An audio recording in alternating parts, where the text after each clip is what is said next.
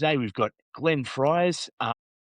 Glenn is a Brisbane-based foreign exchange account manager for Tasman FX. They provide cross-border payments for SMEs and also consumers. Glenn is originally from Northern Ireland, hence the accent, and has lived in Australia for 15 years now. He loves working with all size businesses who have a need to send funds internationally and making them things as simple as possible for them and cost efficient. Is that more or less correct, Glenn? That's pretty much it. That's pretty much it, Adam. I think we can just wrap up now. We got it right. We did it in one take. That's great. It's a really interesting niche. I've never met anyone else who does what you do. So, yeah, tell us more about cross-border payments and the scope of what you do. The wonderful world of foreign exchange. Yeah, you're correct. It is a very niche industry. As a foreign exchange provider, there's two options of basically for a customer. They can use a bank or a non-bank when they need to basically pay an overseas supplier. As you mentioned, typically working with importers, e-commerce stores. Basically, if someone has to pay their overseas supplier, they can go to the bank, not get a very good service, but also probably get a poor exchange rate because the banks don't tend to look after them on that. Or they can go to a foreign exchange specialist. They can get a better deal. They can get a better exchange rate for one, so their cost will be lower. But they can also get more of a proactive service.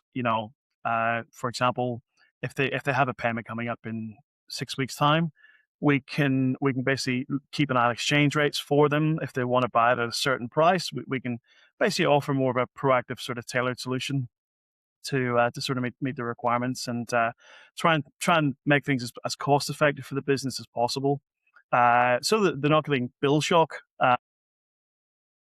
They don't have a payment in 12 weeks' time for a container from China, and all of a sudden find out it's going to cost them 4% more than they budgeted for, and eating into their profit margins and causing them all sorts of problems. So we like to basically find out, what payments are coming up and when, and what would you like from us to be proactive in terms of service to make sure you're not paying too much for your goods. I understand. So I guess it scales for the bloke who's importing from Asia or anywhere in the world. He's importing large amounts every quarter. It's not the guy who's going on holiday to Bali. No, It's the guys. no, it's not the not the holiday with Bali. We don't actually. I've never actually 20 years. I've never actually been involved in the cash market. So Sure, it's all sure. always international payments where funds actually have to go to a bank account. Quite often I get asked about cash and crypto and things like that, and it's not. It's purely deliverable FX where payment goes to a bank account overseas. You're just basically using our exchange rate instead of the banks. Sure, sure. So B2B, and there has to be an invoice to substantiate that, and then some other documentation to prove that it's a business that it's going to. Yes, exactly. Yeah, so we would basically add in pay details for customers. So, for example, if it was going to China, I would ask the customer to send me an invoice across. A couple of reasons why I prefer that is if there's one letter difference on what's entered for payment to China, the banks can reject it. So I like to cast my eye over it, enter all the details in for a customer, and then I'm more confident it's going to get there than if they do it themselves. Sure. Yeah. Okay. Yeah, it's so easy. I just did one today. You've got Swift codes, BAC, like the acronyms that I've never heard before. And you First thing, kind of, and that's under. especially if there's two languages, then you've got like some details that it's a whole thing, isn't it? That's right. Yeah, and it varies from country to country in terms of what's required to send a payment. So we're basically on hand to make sure it all goes smoothly and more cost effectively than just doing it directly through the bank. Yep. Yep. How does international events? So we've got the war on at the moment, and there's always something happening around the world. So whether it's a good event or a bad event, how does that affect your game, and what does that do? Yeah, I mean the markets move every couple of seconds of the day. So one of the phrases I've heard quite a bit recently is "What will Donald do today?" Mr. Trump in the US has a lot to do with the movements, and you can't predict the future. You don't know. You never know what's going to happen. But certainly one of the things, and I like just to the recent time frames. I work with importers and exporters, and the proactive ones have been able to get a really good deal, both of them recently, which is unusual, and that's because of the volatility in a two Ah, week in a 2 week time frame on the Aussie US. There's been about a 2 cent movement in less than 2 weeks, and that doesn't sound like a lot until you're multiplying it by 100,000 for a container. So if you can sort of time that right and get it within your budgeted level, then it's only going to help your costs for your day-to-day run of your business.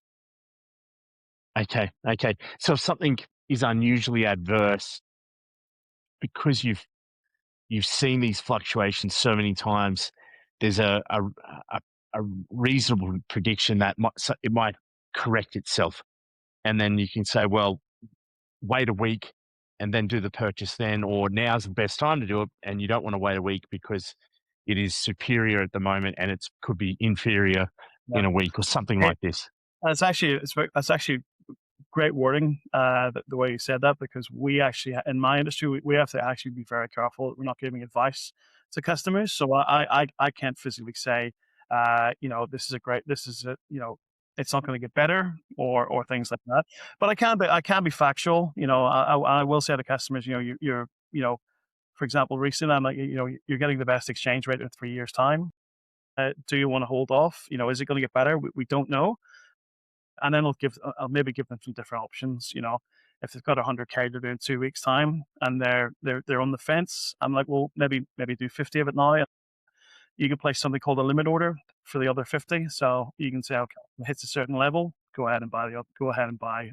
So that's where a lot of importers and exporters have had success, is telling me the exchange rate they want to achieve. And if something happens at 2 o'clock in the morning for a 4 second period where that exchange rate's available, it's bought for them automatically. Wow, that's so cool. So it's almost, I mean, you're not, but it's almost, there's an element of forex trading. Uh, Trading as such, it's It's not, yeah, it's there not, but it is kind of is. there is some similarities. For example, limit orders. You probably place a limit order when you're buying if you're trading FX or if you're buying Fascinating. shares. Same when you're buying shares. Basically, you Yeah. can put a price in that you want to buy at, and you can actually do that on the foreign currency side of things as well. So we'll look at sort of graphs and trends, and for example, I had a conversation with a customer in the last few weeks, and they're like, "Oh, is it going to get to 72?" And I was like, "Well, the next key level of resistance is going to be 71.50. We need another catalyst to sort of break through that level, and it tapped out at 71.47. Didn't get past the 71. So the smart people were basically putting their target prices in below the 71.50 level, because it's the higher you go, the harder it's going to get to. But that was Of basically course. the previous high for about over 3 years ago. Fascinating. Fascinating. Wow. So yeah, it's interesting looking into this side of things, and that this is actually there's a whole niche just in this. Fascinating stuff. And so how did you get into this, Glenn? I got into it was living in London. So initially I got a job working for Travelex. It was basically helping mums and dads in the UK, typically mums and dads who were buying a second property in Bulgaria or Spain or France, or maybe moving over there, and having either buying a property and sending funds to the agent, or maybe living over there and transferring their pensions across on a monthly basis.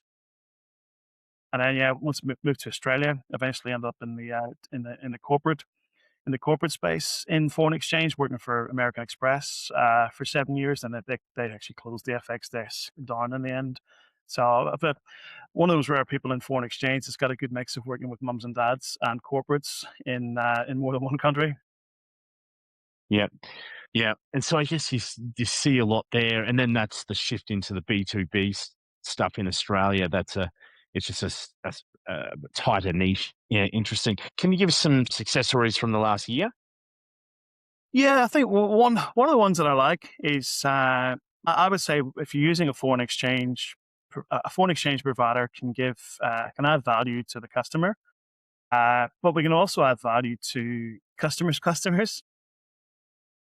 I'll elaborate. I had a meeting with a freight forwarder in Melbourne when I was down there a few months back, and he said to me, "Okay, well, I've actually got a new customer. I'd like to introduce him to you."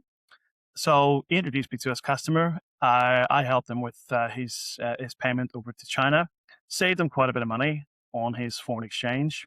So the customer was happy, but the person who referred him to me was actually happy as well, because it basically just the classic. I know a guy, and he made the introduction to me. So I've saved his client quite a bit of money on his international payments, and now if that's helped him basically build his relationship with, you know, it's helped him build his relationship because the recommendations basically helped pay for maybe either quite a bit or all of his shipping. I didn't ask what the cost was on it, but I think that's one of the examples I like to use because I've added value to two businesses, one for the recommendation and the other one for the actual for the overall cost. Brilliant, just brilliant. I guess there's no harm. Like, so worst case, they're going to use their bank, and maybe their bank is the best option. But if they talk to you, probably you're going to be able to improve upon that. Yeah, that's the thing. I mean, a lot of times you'd be speaking to someone who has got international payments. First thing that says, "Oh, I've got it covered." Yeah, good friend of mine was basically arranging six-figure transactions every month for his business. He says, "Oh yeah, I'm getting a really good deal from the bank," and I was like, "Well, let me be the judge of that." It worked. It worked. It transpired basically. I think I was saving him about $1,200 on 100,000 Aussie every month.